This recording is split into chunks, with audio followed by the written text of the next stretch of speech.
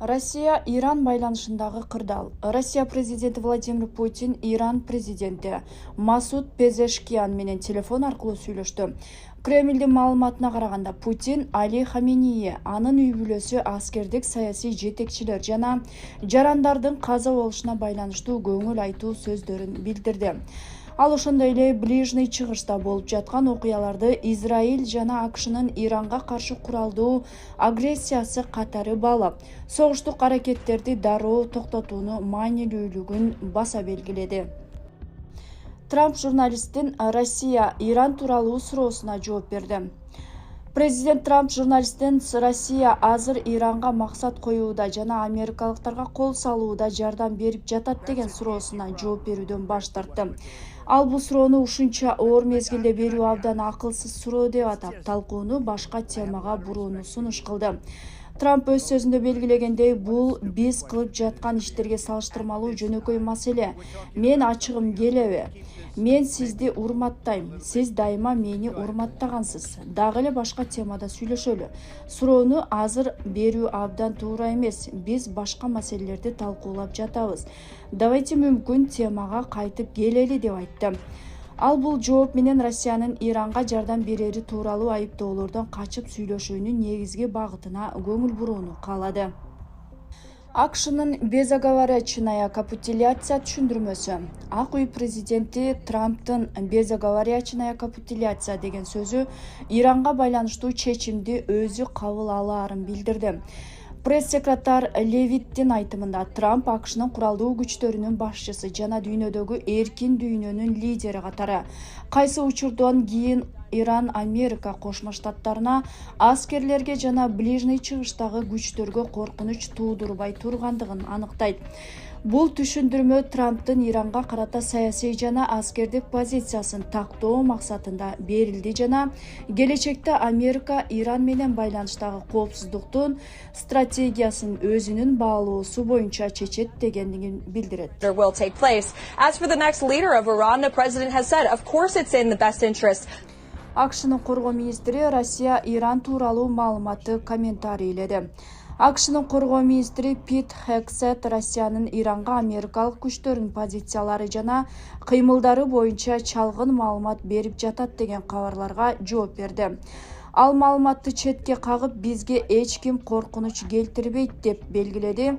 Хексеттин айтымында, АКШнын командирлери бардык маалыматтарга ээ. Дүйнөдөгү эң мыкты чалгын кызматы бар жана бардык аракеттер согуштук планга ылайык эсепке алынат. Президент Трамп кырдаалды көзөмөлдөп тобокелчиликтерди азайтуунун жолдорун билет, ошондуктан америкалык калк тынч болушу мүмкүн. Министр ошондой эле президенттин дүйнөлүк лидерлер менен уникалдуу мамилелери бар экендигин жана бул байланыштар аркылуу керектүү маалыматтар жеткирилиши мүмкүн экендигин айтты. Ал америкалык аскерлердин адаттан тыш коркунучта эмес экендигин, негизги тобокелдик Иран тарапка тиерин белгиледи.